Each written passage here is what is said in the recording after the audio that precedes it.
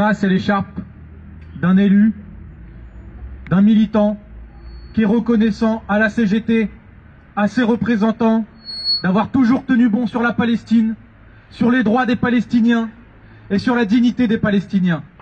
Aujourd'hui, il y a un responsable syndical départemental, et je le redis aussi pour pas qu'on oublie, il y a une secrétaire administrative, une personne qui a aucune responsabilité politique, qui sont en garde à vue aujourd'hui, soi-disant pour apologie du terrorisme.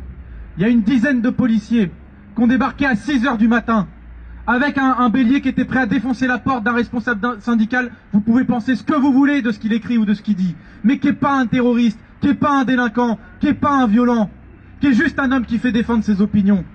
Et moi je le dis aussi, en ce moment dans le pays, on l'a vu, il y a eu une attaque terroriste il y a une semaine, il y a des dangers. Je ne comprends pas qu'on utilise la police pour aller soulever à 6 h du matin des militants syndicaux, des responsables syndicaux, alors qu'il y a un risque dans bien des endroits en France. Darmanin nous met en danger en utilisant la police de cette manière-là.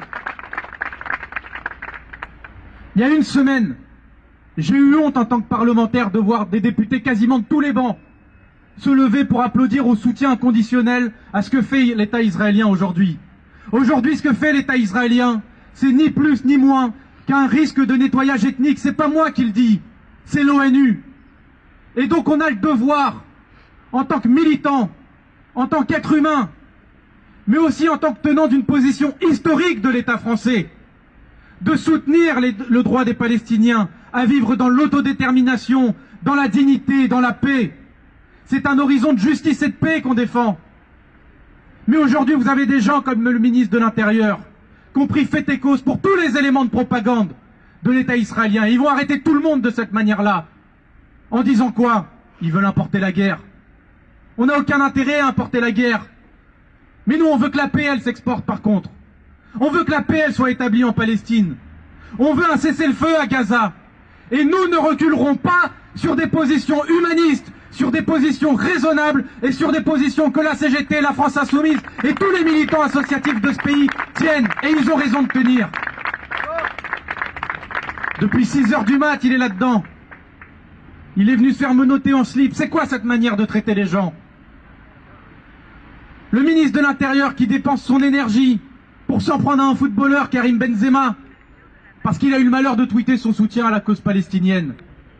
Des interdictions de manifestations systématiques ont été prises par le ministre de l'Intérieur. Elles ont été retoquées par le Conseil d'État. Ce qu'on veut faire aujourd'hui dans ce pays, c'est criminaliser et interdire les manifestations pacifiques vis-à-vis de la population palestinienne. Rien d'autre. Le débat n'est pas de savoir qui écrit quoi. Le débat, c'est de criminaliser toutes ces actions. Donc merci à la CGT de tenir. De notre côté, on tiendra. On tiendra parce que les enjeux, ils sont importants. Parce que l'enjeu, c'est d'éviter que le cycle de la guerre ne recommence. L'enjeu, c'est la paix et la justice dans le Moyen-Orient. Et tant qu'on n'aura pas ça, on ne baissera pas les yeux. Merci à vous.